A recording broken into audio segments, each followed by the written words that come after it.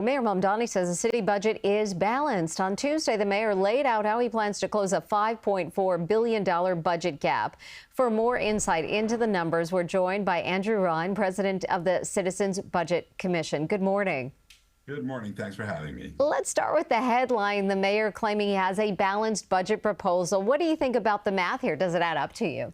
Listen, in the short run, it basically adds up. He's counting on a state budget that is not yet enacted. He's counting on tax increases that have yet to be designed. I think he'll be okay, but that's certainly uncertain to some degree. There's a lot of soft clay. The real issue is, do the numbers add up in the long run? And that's where some of the challenges come in. Citizens Budget Committee had strong words about the executive budget, saying in part it closes over half of the gap with short-term strategies.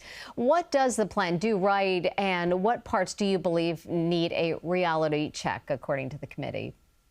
He inherited a budget gap that's a spending problem, and he's attacking that in part well with chief savings officers and agencies, and their preliminary work is good. And he's attacking some big spending challenges like city housing vouchers that are important but growing at an unsustainable clip.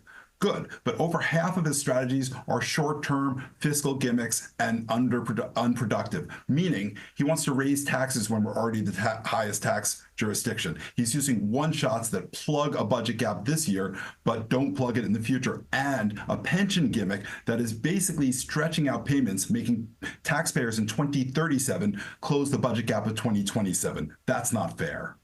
There is a lingering question if whether these changes, if they all go through, will drive the higher tax base out of New York City. I mean, what do you think about that, and businesses as well?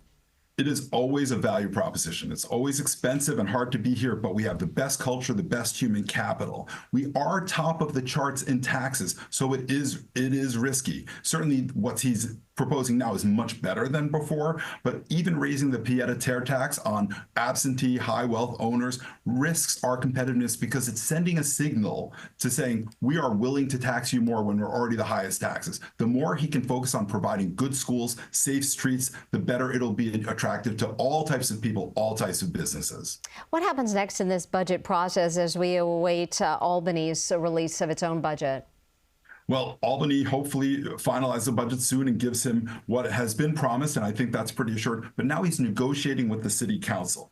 This executive budget is a lot more council negotiation friendly than his preliminary budget, and he's also baselined money for libraries and cultural institutions that are usually part of the budget fight. But there's a difference on the housing vouchers, and the council always wants to add more money. And right now we have optimistic revenue estimates, a very small budget cushion. They've got to figure out how to fund those by savings elsewhere, or else we risk this budget. Andrew, thank you very much for joining us. I'm sure we'll be talking with you in the next few weeks. Thank you so much.